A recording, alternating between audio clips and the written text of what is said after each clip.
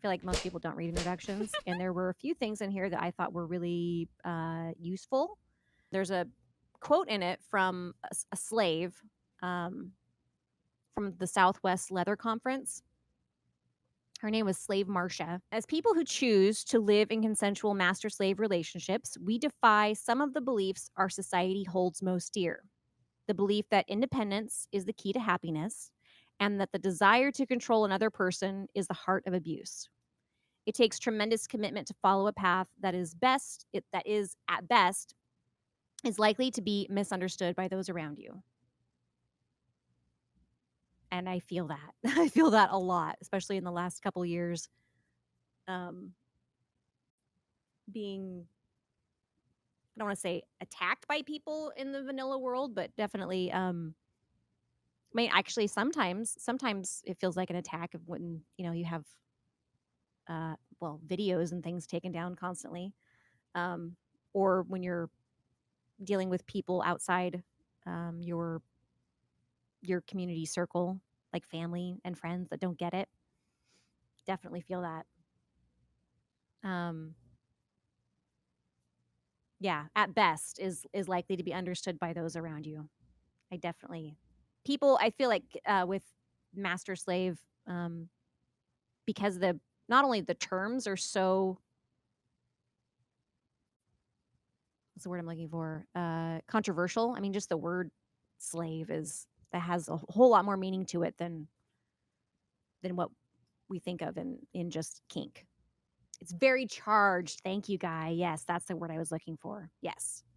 So there is a lot of room there for misunderstanding. So I think that it's good that he started off this book with defining what the terms are. And I was going to just kind of skim over the first part of it, but there are some nuggets in there, especially with the definitions that he talks about, that I think are important for us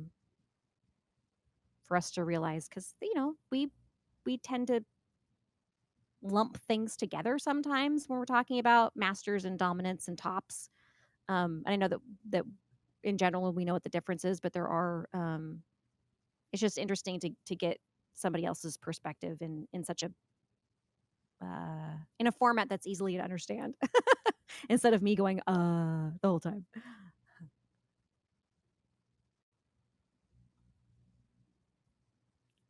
For there to be so many people screaming about people being able to be who they are, they sure like to look down on certain types of relationships. Although I think that those types of relationships threaten their idea of what the world is supposed to look like. It's outside the norm, and so therefore it must be bad. Yeah, it's outside their bubble. Exactly, chatter. And it's easier to look down on things that you don't understand instead of learning about them, because who's got time for all that? You don't have the time, you don't have the capacity. You just don't care. Unless it's your friend, I guess, or your family member, and then you can look down on it. Because you love those people.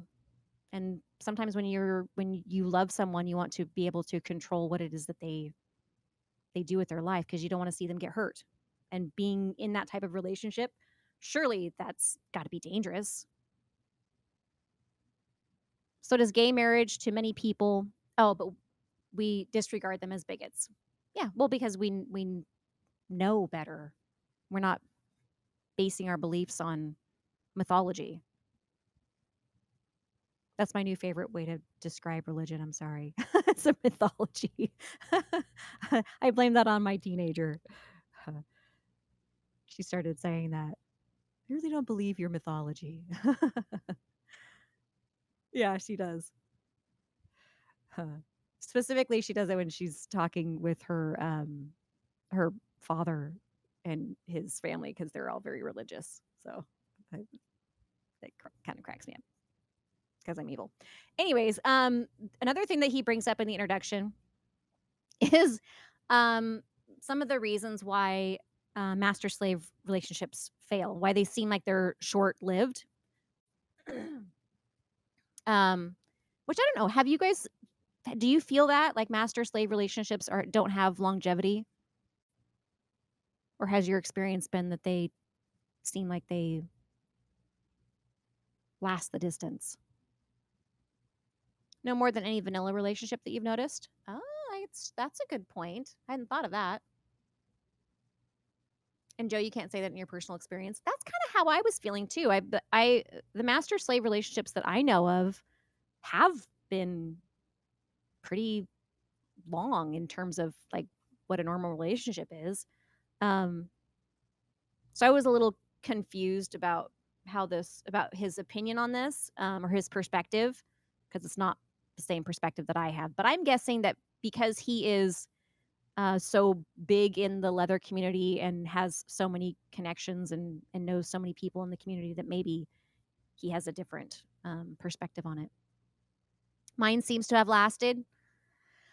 Yes, I definitely think that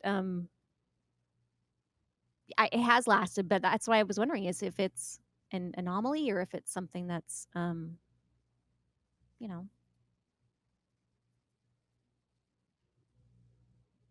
I don't know. Relationships are fickle these days. It's common to break up over what many of us would be something to just work through. Everything's a red flag to this generation. Mm, I don't know if it's that everything's a red flag per se. I think that people are more aware of red flags, um, because of people are more wise to manipulations and um, abuse and things. Red flags are red flags. Yeah, I don't think that's really a generational thing, Joe.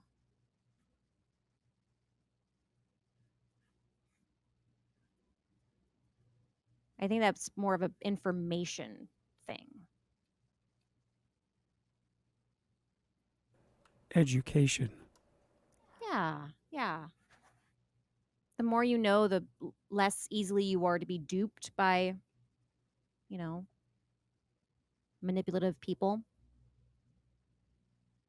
I understand that our relationship with Master Slave just started not that long ago, but I think it has. Oh, it's saved your normal relationship. Why is that, Samantha? Is it just looking at your relationship a different way, or is it the actual like structured changes of the relationship? I feel like maybe DS relationships that are fairly new might not last, same as vanilla. But I think once they're committed and know each other well, they seem to last in the same way as vanilla too. If anything, I feel like kink dynamics have more communication that might keep the dynamics going longer. They're more focused on making it work. But just like people, it's not always going to work, or life can get in the way and people drift apart, same as any relationship. Yes. Yeah, I agree with that. I feel like um the dynamic that I have with Master is the most healthy relationship I've ever been in because we have such good communication. Not that there's not room for improvement, but I think that um, being honest with yourself and with other people, with the person that you're with, is definitely way healthier than just swallowing things down. And, well, I mean, depends on what you're swallowing, but swallowing things down and not dealing with them until you explode. Samantha, yeah, looking at it in a different way. Yes. That's interesting because he actually talked a little bit in the introduction about how there are a lot of what's the word I'm thinking of? There are power dynamics in marriages and people don't realize it, and that can lead to, well, a breakdown of the relationship because people don't realize that there is a dynamic there, or that they've fallen into that. And when you have it spelled out black and white on paper, it makes a gives you a perspective change, something that you've agreed to rather than something that you've just fallen into or been manipulated into. Joe, I agree. However, now it seems little things are deal breakers. Friendly with an ex, you can't be trusted. Hold open doors, you support the patriarchy and are controlling is ridiculous. Uh, I think that those are things that have to be negotiated in a relationship. Um,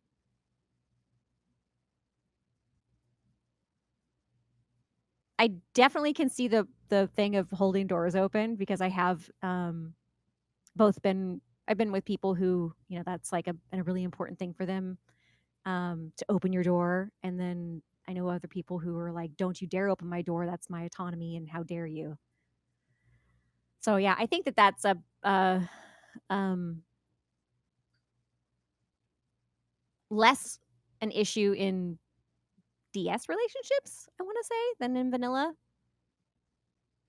But yeah, I can see what you're talking about, Joe. For instance, if you happen to be in a very conservative part of the US, said guy, you may be tempted to think that you are seeing some sort of red hat on the old white man yelling at people in line at the grocery store, but actually that red thing is a flag. It's the education you've gained in the life that's taught you that.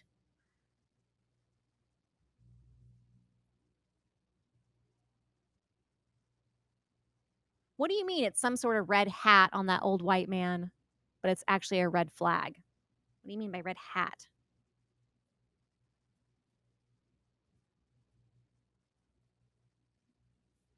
Sorry, my nose is slowly dripping. Disgusting. Chatter said, and in kink, everyone is more clear on what's expected, where they stand, more than just a normal vanilla relationship. So they have a strong base in a way. Yes, I totally agree with that. I think if it's a relationship that was where you had negotiations and agreements up front, I think that there are. Um, I mean, you can kind of fall into things and not have that be that way. But I think it happens less often in master slave relationships and in general. Let's see. For instance, what did you say, Guy? Oh, okay. Chatter, you responded, if you've grown up with people all having certain values, they may not see those values are not appropriate. They're red flags in the rest of the world. It was a reference to a very popular hat that was something about America. Oh, making America great again. Oh, okay, got you. They're quick popular with the mentally disturbed. You missed that, Master? I don't know how I missed that. I'm sorry. A red hat. I for some reason I was thinking like a red letter, like an adultery thing, but that didn't make any sense. I was very confused. But I got it now, Guy. Yes, red hat, red flag. Got it.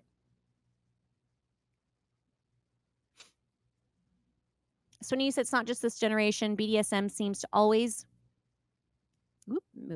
seems to always be taboo. I remember seeing the film on the creator of Wonder Woman.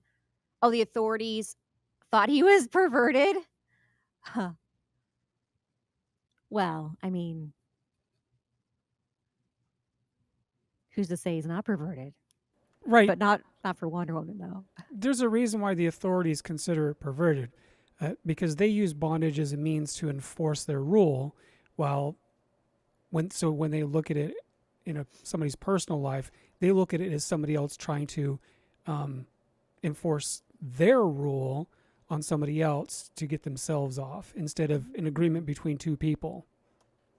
That's interesting. Yeah, I can totally see that, Master. Like there's a whole thing. There's a reason why cops with handcuffs and that whole, handcuffs are sexy and what. There's a reason why that's a thing.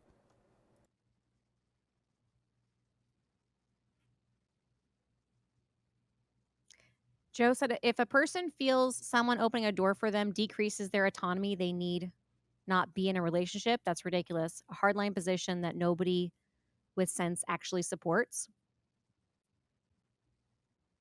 I disagree. I think that don't think that it's that they don't need to be in a relationship. I just think that they need to be in the right type of relationship for them. And being with somebody who insists on opening their doors is not a good fit for them. I mean, like if I was to be, I was gonna say with Master and I insisted on opening his doors, he would get mad because that's not the right type of relationship model for him.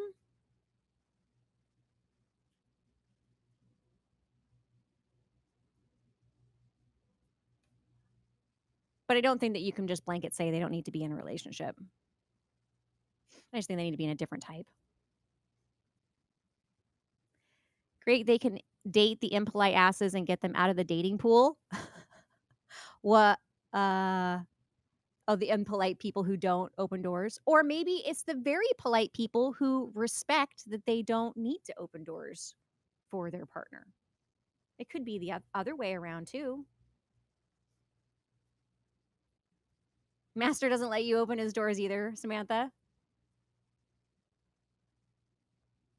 Yeah, Master doesn't like it. Which is actually kind of, that's one thing that when I'm with Subdued, I occasionally just open my door and his doors. So, because I'm like, I can open all the doors I want to.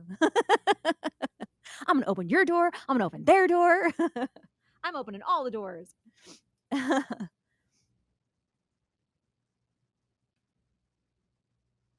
Let's see. Chatter, you said in response to Swinny, I went to a class that talked about it too. Swinny, the creator of Wonder Woman, actually was kinky, but couldn't really talk about it at the time. He was in a polydynamic with his wife and another woman who was his sub. I think that's right. And Wonder Woman was a depiction of both of them put together, I think. And he tried to incorporate kink elements into it. Oh, is that why she wore cuffs and then had her lasso and all of that? Lots of bondage.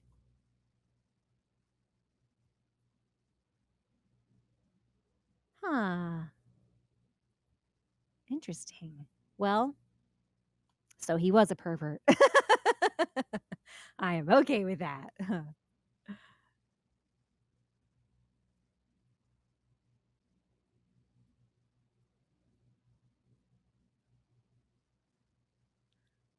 Guy said laws are threats.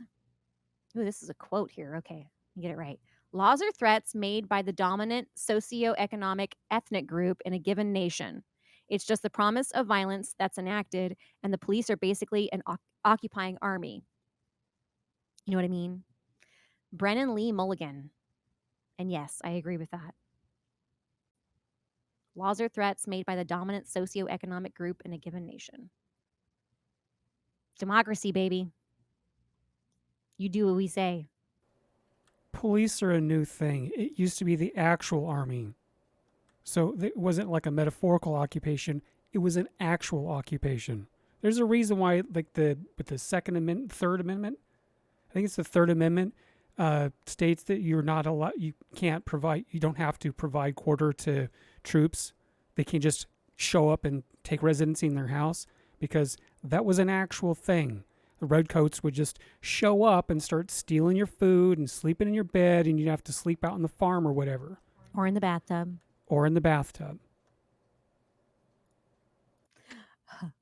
Like the actual modern police force wasn't something until like the 1840s or 1850s. Started out with like the idea of the sheriff becoming the local police, and then he had a police force or a small troop that was attached to him. So it started off with sheriffs.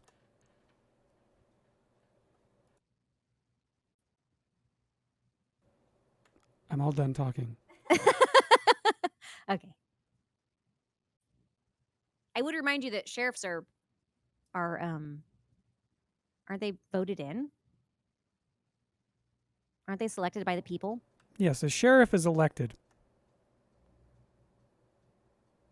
So back to the dominant socioeconomic ethnic group. Where city and state cops are appointed. Okay. Let's see. Crap 20, you said. Which also kind of gives you an idea as to the source of the power for each of those groups. Like the city and state cops being appointed means that at some point there was a city official that said, this is enough. I'm just going to fucking appoint somebody to deal with this problem. Whereas the general population all agreed that we needed some form of general policing that was superseded, that exceeded the military or was not attached to the military. So they elected a person to oversee that, whereas as opposed to the cities where they appointed a dude to just go out and deal with the problems.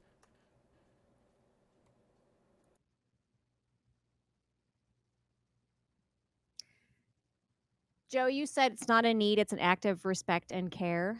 And Crap20 responded, it could be common courtesy. Two people approach the door at the same time, but one is always going to be on the wrong side. Unless it's a revolving door. Huh. Then you don't get to open it for nobody.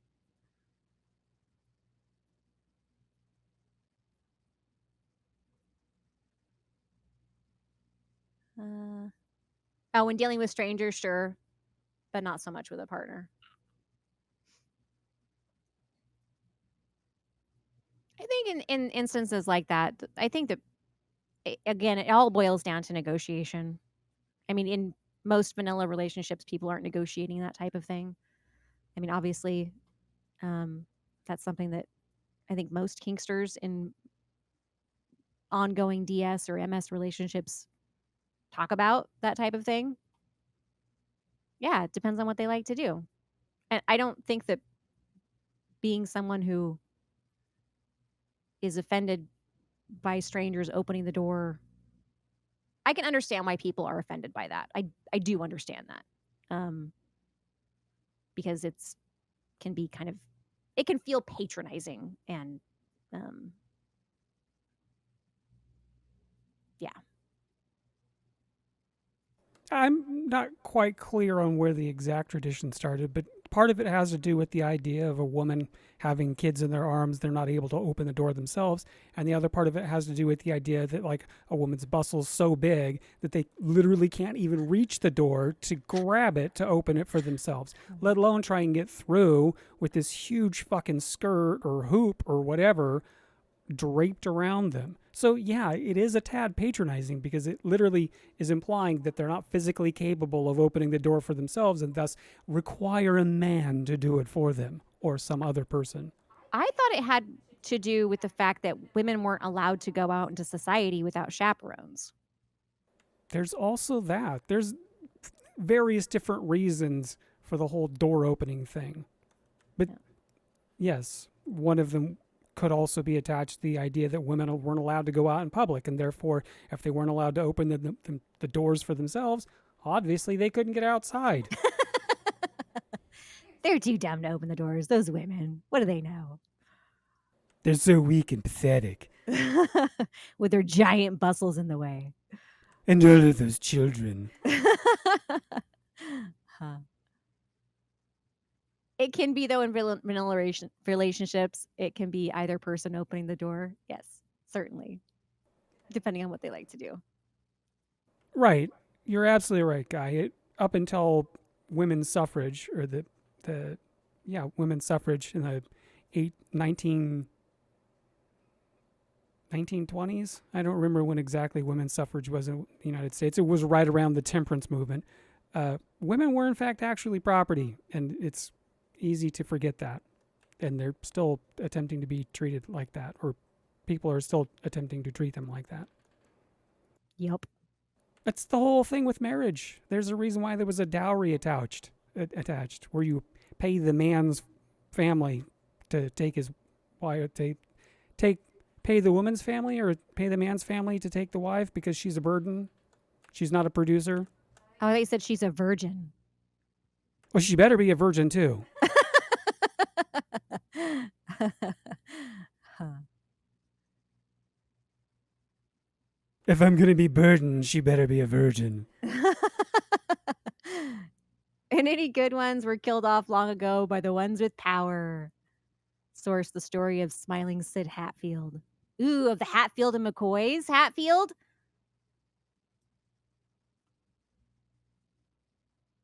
There, here, there's some bad blood there. That's my point, the fact that negotiating is required when it comes to acts of common courtesy points. Oh, to why relationships are so broken. Hmm.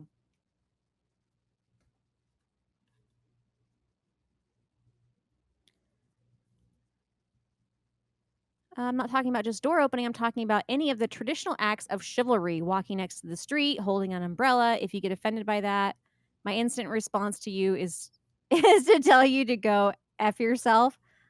You have to be a miserable person to be angry about something like that. Hmm. I can understand your position, Joe, but I also understand the position of stop doing things for me. I don't need your help. I don't want your help. I didn't ask for your help. Kind of a thing. Because that's what Master says to me all the time. Stop trying to help me. You're not being helpful. You're just pushing me into the street and you poke that umbrella in my eye. Huh.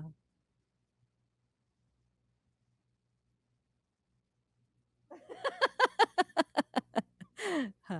Not helpful. Chatter, I've heard this before, but it didn't. Oh, but that makes sense. This is what I thought about chaperones too.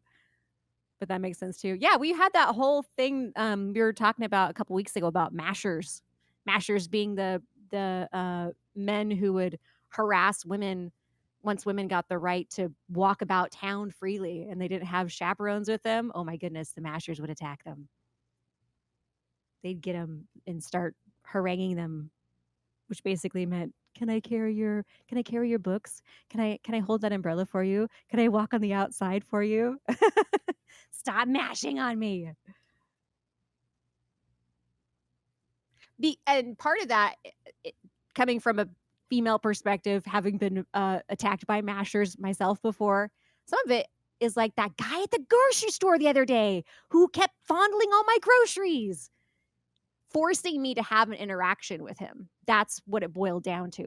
Was he wanted me to converse with him, so he fondled my groceries in order for that to happen. And I feel like some women may feel like that as well. Like, you don't have to open my door because I don't want to talk to you. I don't want to have a conversation with you. And I resent the fact that you're forcing me into a conversation because you open the door for me or whatever.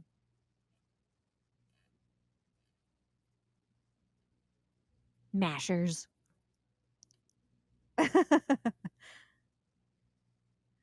Guy, correct? Oh, go ahead, Master. I was trying to think of the word and I thought of it literally when you started talking, but I ended up having to adjust. It's patronizing. Patronizing. Yeah. I noticed the word patron in the word patronizing. What are you saying, sir? I think it's pretty fucking clear. Ostracizing all of our patrons.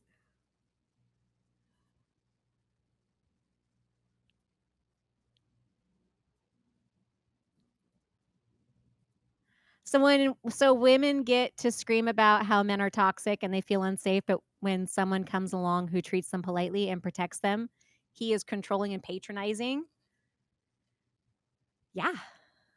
Yeah. Because unless they request that protection, it is controlling and patronizing. You have to be invited to protect someone. Just like sometimes when I'm in line at the checkout, I put my headphones in so you don't have to deal with people. Yeah.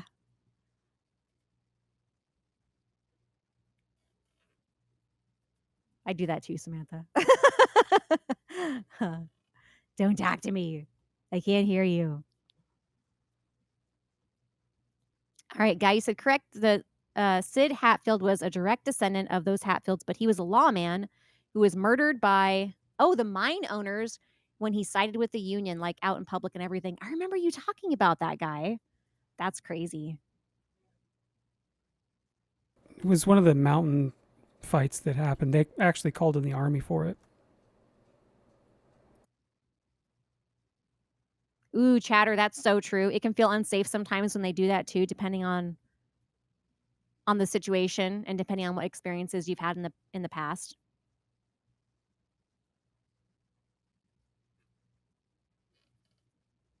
Yeah, 100%. Because sometimes it can just feel creepy. And it is really easy to assume that someone's actions are uh, either manipulative or malicious. That's why you have to communicate. Unless it's somebody who doesn't want to communicate with you. And then you just say, okay, see ya, bye. Can't force people to communicate with you. I think it's possible to be helpful and not patronizing, but grocery fondlers need to be smacked. Yes, stop molesting people's groceries. I should have just slapped his hand. That's what I should have done. Man, next time I'm going to get my hand slappers ready. Battle of Blair Mountain. That's right. Okay, I remember that now, guy. It has such a nice name to it, doesn't it? Blair Mountain. That sounds so peaceful. Yeah, except there was a whole bunch of people that just simply wanted to be treated like human beings at their fucking jobs were killed by the army. Well,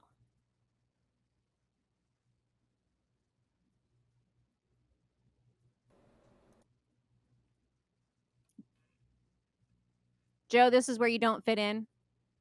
Okay, we can agree to disagree. That's all right.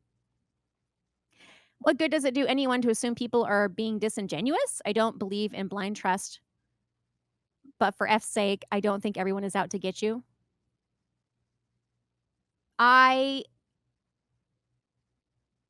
agree with that. However, as a woman, having to be on guard against people who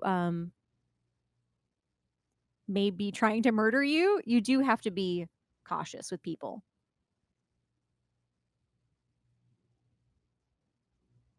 And overall, most people have good intentions, but sometimes you get really bad vibes when someone does it, and it can put you in a bad, vulnerable position as a woman sometimes. Yeah. And you don't know. You don't know who is what. You look at wasn't Ted Bundy like really charming? Am I thinking of Ted Bundy? Is that the right person? Yes. Jeffrey Dahmer. No. No, Ted Bundy. He was Okay, incredibly charming. Yeah. Yeah, you got to be careful. That, and also you have to be aware that like the I-5 corridor from like Seattle to Sacramento, I think, has historically been rather prolific with serial killers. So there's also that. We've had like 6 or 7 that have just perused up and down the highway. Ted Bundy, Gary Ridgway. There was a guy from Salem that used to come up here to murder people. I can't remember his deal. Like take their clothes and put them on. I don't remember exactly. He would murder people to steal their clothes. Yes. There's some nice shoes you got there. Well, he would take them to his house and then like dress them up in his basement and like hang them up and whatnot. It was very weird.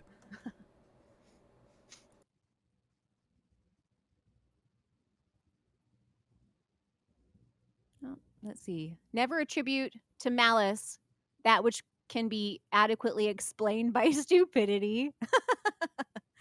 Huh.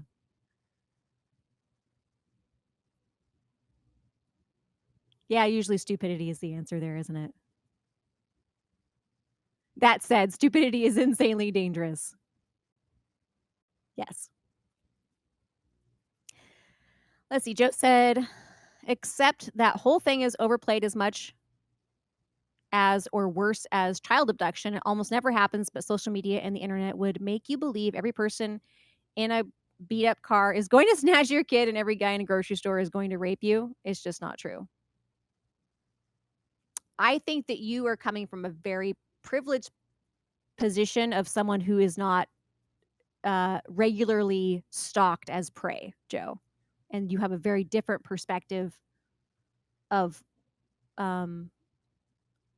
what that's like and what that feels like to experience on a daily basis.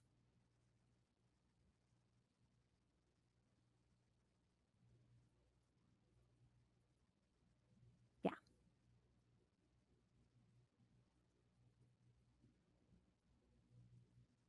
Idaho murders, what we know about the suspect. Oh, he was your local, he was found in my local area. Oh, in Pennsylvania. And he murdered people in Idaho and he ended up in Pennsylvania, huh? So he's well traveled. No, he's a graduate student that was going to um, one of the universities in Idaho. But he went to their Oh. house and like stabbed 4 people in there. He looks nice though, doesn't he? He doesn't look like a murderer. Yeah, Ted Bundy looked really nice too, except he did exactly the same thing, but he beat him to death with a log.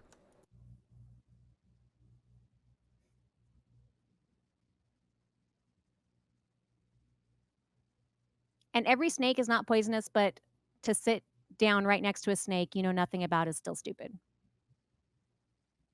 Unless they have candy. Or a really cool car. Or maybe puppies in it.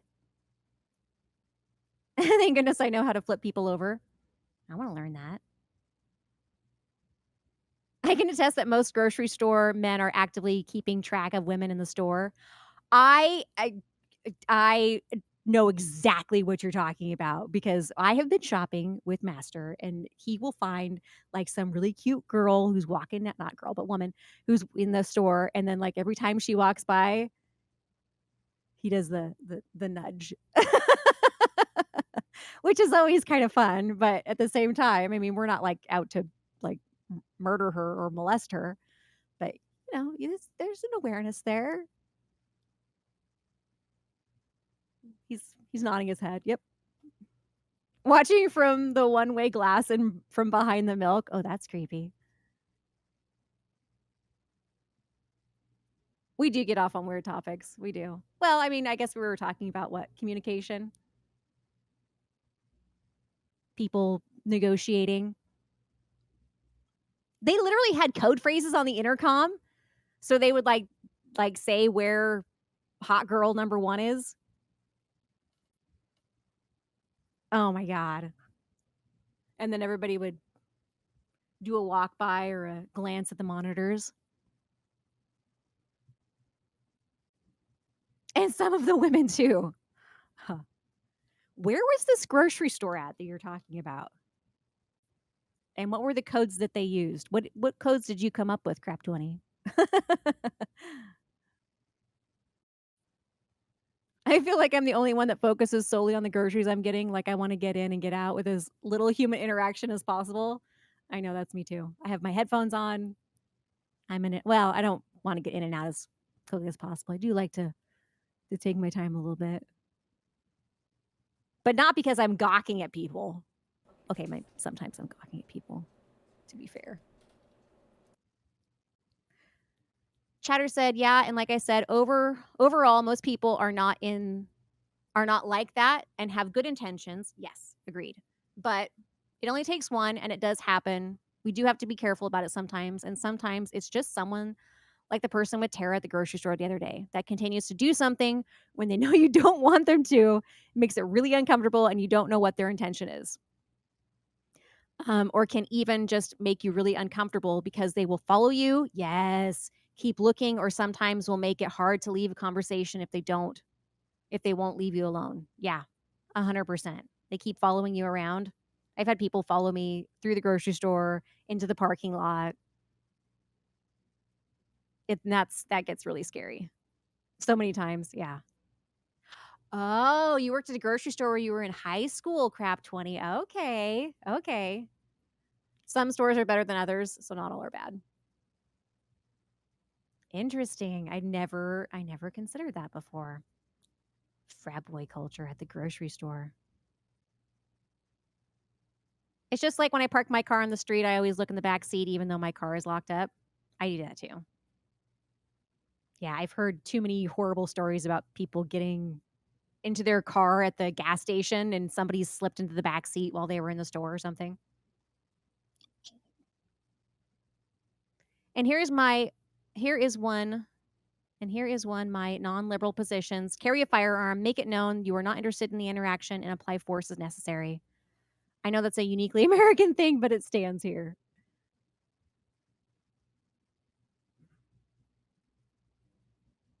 I don't know if carrying a firearm would be the answer for me. I feel like I would end up shooting myself, or it would be taken away from me and somebody would shoot me with it. That's what I would be afraid of. But my brother actually bought me a handgun so that I could carry it with me because I'm here, I'm living in Portland and it's so scary and doesn't want me to be murdered. So he actually did buy me a handgun and I don't carry it. I can't. I've gone through the safety courses and all of that, and I am scared to death that somebody's going to take it away from me and murder me with it.